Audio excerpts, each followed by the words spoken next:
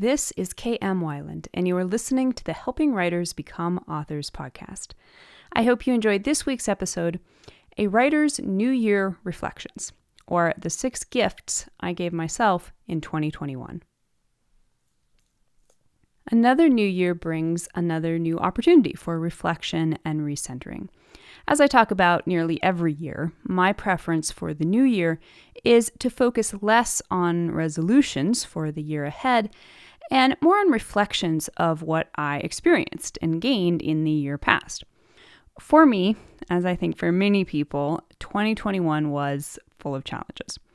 A year ago, I ended 2020 with the realization that in some strange way, it was almost one of the best years of my life. 2021 was certainly a momentous year, but it was a lot harder. On the personal front, it was a year that started with a severe eye strain that lasted for months and severely limited my screen time, followed by a re-injury of a disc in my back. Then came a health scare with a close family member that shook me to my core, but which happily is currently resolved. And then, in the fall, I undertook my second major interstate move in 3 years, which is still rather in medias res, so that will be a story for next year. On the writing front, it was a year like no other. It was the year in which I chose to face my ongoing burnout and writer's block head on and give myself permission to not write fiction for a full 12 months. In many ways, that decision turned out to be the one that defined 2021 for me. It is a decision I have not regretted for a moment, although there were plenty of moments when it scared me. In the end, it was a decision that turned out to be a tremendous gift from myself to myself. And now, as I reflect back on the year and what it brought me, what I see beyond the difficulties are all the gifts. Usually in my New Year podcast, I talk about the lessons I learned from the past year. But this year, I realized the one major lesson I learned was that the gifts I gave myself were invaluable and should be repeated every year. So here's a look at the 6 gifts I gave myself in my year of no writing and why I believe they were profoundly life-changing. Gift number 1, rest, or taking a break. Like many people, I struggled to write my fiction in 2020. For me, the impact of the profound global shifts that happened in that year came hard on the heels of several years of personal crises. I was already running on fumes and trying to understand how to grapple with the practical and physical effects of burnout, not to mention a severe case of plot block with the fantasy sequel I was trying to write. I puttered through most of 2020, either half-heartedly trying to write my fiction or distracting myself with other writing-related chores. By the beginning of 2021, I knew I was facing a decision. I needed to take a break. I needed to stop trying so hard for so few results. I needed to take a step back, give myself some space, and truly evaluate what was happening with my relationship to my fiction writing. In some ways, deciding to take a conscious sabbatical from fiction for an entire year was easy. After all, I wasn't really writing anyway. But in other ways, it was one of the hardest decisions I've ever made. What if, once I quit, I never started again? What if I had no more stories to tell? What if my burnout never got any better? And as I record this at the end of December 2021, I still don't know what answers I will discover in 2022. Regardless, all the doubt, deep in my gut, I knew it was the right thing, maybe the only thing. And everything in me breathed a sigh of relief. For so many of us, there can be such fear and guilt around the idea of not doing, whether it's not doing writing or whatever else. But the fear and stress of the pandemic has brought many of us to the limits of ourselves in new ways. Often, this feels like failure, but it's not. What it is a certain kind of death. the death of the old ways. And out of death comes rebirth. Reaching our limits means growth, but we cannot surpass those limits if we're not first willing to admit they're there. I dare say we're all growing into new people these days. This decade will probably change us all in ways we may never have experienced thus far in our lifetimes. To try to cling to the ways that used to work when they no longer function for whatever reason is only to waste precious energy. Sometimes taking a step back and just resting is the bravest thing we can do. Gift number 2, permission or presence. So once I'd stepped out from under that ever-present pressure in the back of my mind that said I should be writing, I found a little space to look up and look around. And what I found was myself. Not myself as I wanted to be, not the ideal self that, with a little willpower and effort, could do everything I wanted her to do or thought she should be able to do, but the self that actually was. The self that was burned out, exhausted, scared, and really didn't want to write. 2021 was a year of practicing permission with myself. The permission to just be as I am and to be present with the reality of myself in any given moment. Do I want to write? Do I want to dream zone? Do I want to read Proust? Or do I really just want to read Pratchett? Do I want to read dark fantasy? Or do I maybe just want to reread a favorite romance? Sometimes it wasn't even about want to. Sometimes the last thing I wanted was to sit with my own discomfort, to ground into my own body and feel what was actually there. But all those parts of me, they wanted me to be present. They wanted me to pay attention, to sit there with them, and to listen. Part of giving myself permission to just be meant having the discipline to practice that presence. Mostly what I learned with this gift was I'm not very good at presence. And the other thing I learned was that it gets easier with practice. And the more I practiced presence, the more I got to know all my parts. With that came a certain ease with myself, with my fears, with my not writing, with all the things I really do want rather than the things I think I'm supposed to want. One thing I found was that, yes, I do still want to write stories. But to find those stories, I have to be able to listen to the deeper parts of myself and discover what is truly there to be told. Gift number 3, attention, or what isn't said. I boss myself around a lot, and I'm not always very good at listening to myself. And this is undoubtedly why I got myself into the predicament of burnout in the first place. There's a joke in the Myers-Briggs personality typing community that INTJs, which would be me, are the coldest humans, while our fellow introverted intuitive thinkers, the INTPs, are the warmest robots.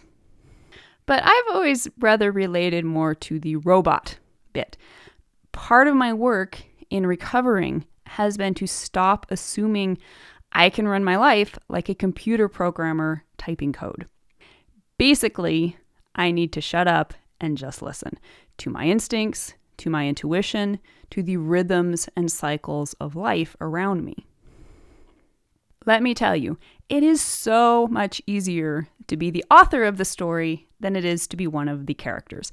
It's much easier to say, here's what I want to have happen, and here's how it will be so, rather than to say, oh gosh, look at that writing on the wall. This is not to say that autonomy and intention aren't powerful forces, but neither can we wish away the actual circumstances in which we must build our lives. For me, staying present and paying attention to the truths of my own deeper wisdom sometimes meant seeing things I would rather not have seen, at least in the beginning. And one of those things was a deep inner sense that after living for the last 3 years in a little farmhouse that I loved, it was time to go. I'd had a sense, almost from the first day I moved there, that I would only be there for 3 years. After some deep and difficult soul searching in the early summer, I decided to initiate a move, uncertain exactly where it would be going. As it turned out, my elderly landlady died just weeks before my designated moving day. Her children were waiting for her death to sell the house, so I would have had to go this year anyway. If I hadn't listened to myself, I would have been stuck in a much more uncertain and stressful situation. Call it a coincidence, but one way or another, it was a gift I wouldn't have received had I not been paying attention. What I learned from this gift was pay attention, even when you're afraid you won't like what you see. Respond to the situation that is, not the one you want it to be. And, hardest for me, be flexible. Life works so much more fluidly when we respond rather than react. But the ability to respond is predicated upon presence. Moving this time was still hard and sad in many ways, and the responsibility for the decisions and the work was still on my shoulders. But because I was trying to work with life, I felt held through the process. And even though the outcome was the same, it felt like I got to make the decision instead of having the decision made for me. Gift number 4, discipline, or in flow, not on push. The year of rest. It sounds so, restful. And it was in some ways. The parts of my brain that most needed rest got it. But really, that was only so other parts could get the benefit of all my energy. And even if I was letting certain parts of myself take a break and feel taken care of, other parts of myself were the ones that had to take care of me. My mom tells the story of how when I, her first child, was born, she looked at me and she looked at herself and she said to me, "Well, somebody has to be the adult now, and it isn't going to be you." And I often think about this in regards to my grown-up self. I look at myself in the mirror and I joke, well, somebody has to be the adult now. So even in a year of no writing, work still had to be done. I still had to keep up with my business, pay the bills, buy the groceries.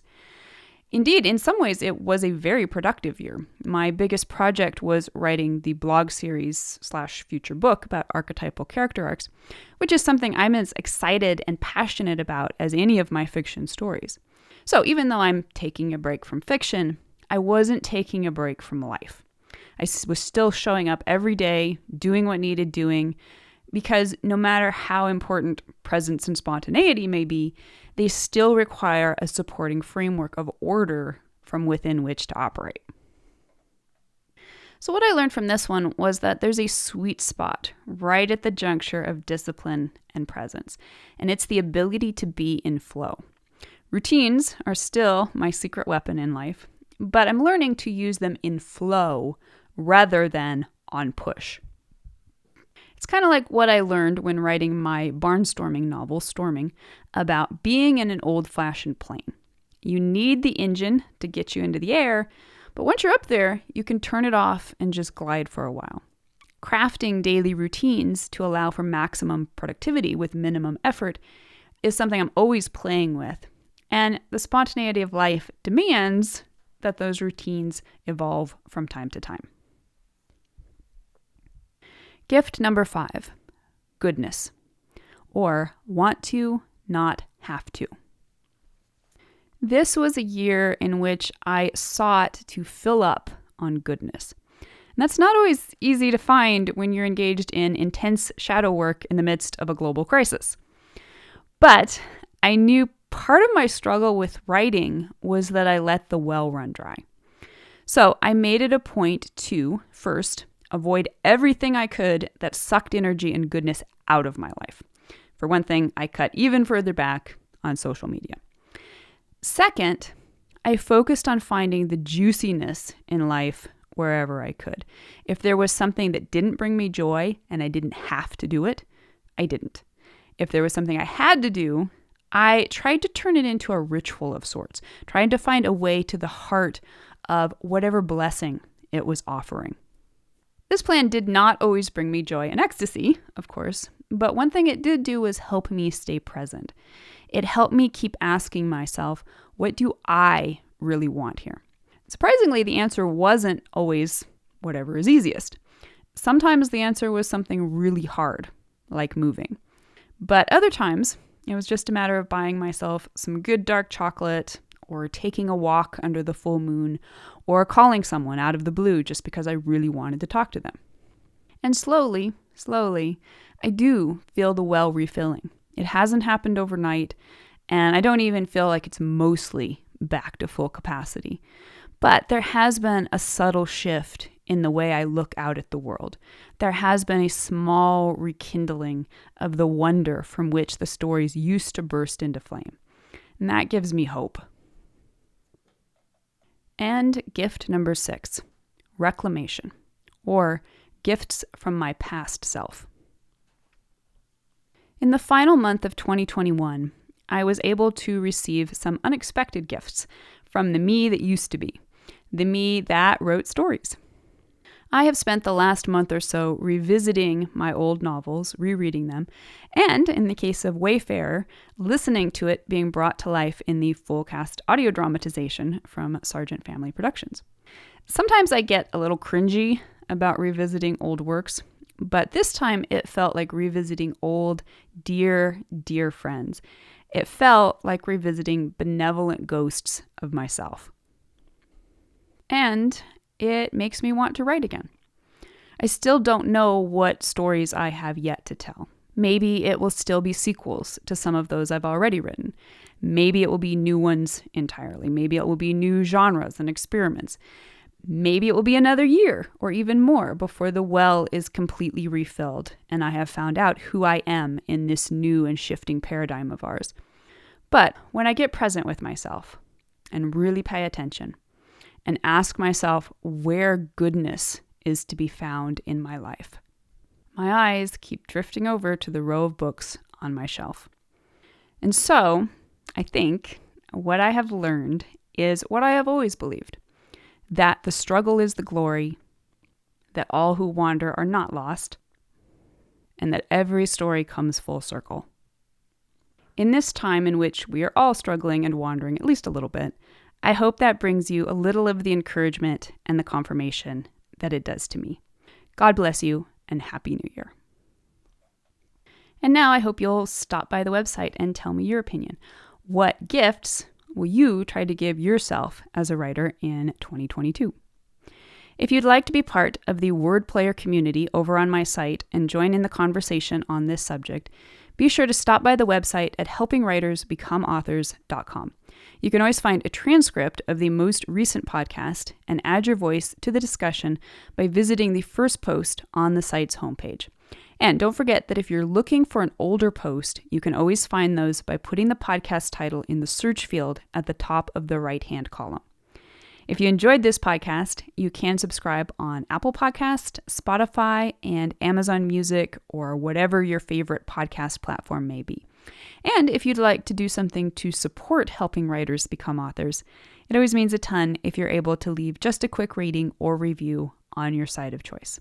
Also, many thanks to those who support my work on Patreon. Your patronage helps make helping writers become authors and its many resources available to writers everywhere. If you're interested in becoming a patron, you can find out more at patreon.com/KMWeiland. Thank you so much for listening to the Helping Writers Become Authors podcast, and be sure to check back again next week.